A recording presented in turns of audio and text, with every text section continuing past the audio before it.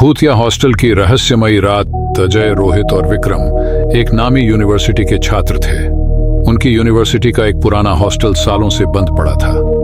कहते थे कि वहां रात में अजीबोगरीब घटनाएं होती थी।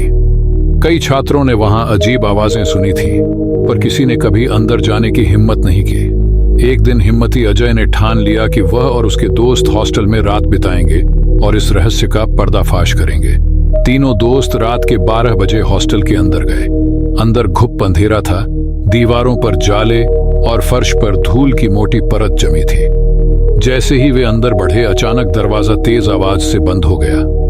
तीनों की धड़कनें तेज हो गईं। तभी उन्हें सीढ़ियों पर किसी के चलने की आवाज आई। रोहित ने मोबाइल की टॉर्च ऑन की, पर सामने कुछ नहीं था। विक्रम हिम्मत कर आगे बढ़ा, लेकिन तभी एक खिड़की अपने आप जोर से खुल गई और ठंडी हवा का झोंका अंदर आया।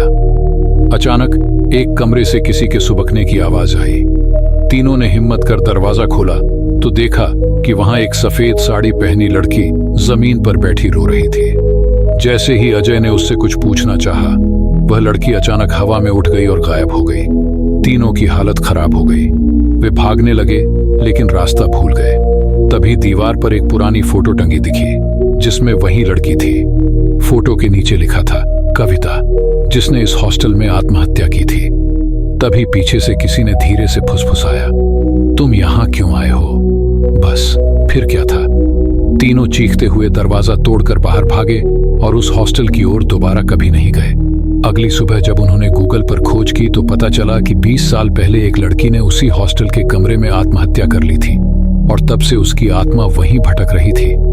क्या आप कभी ऐसे हॉस्टल में रात बिताने की हिम्मत करेंगे?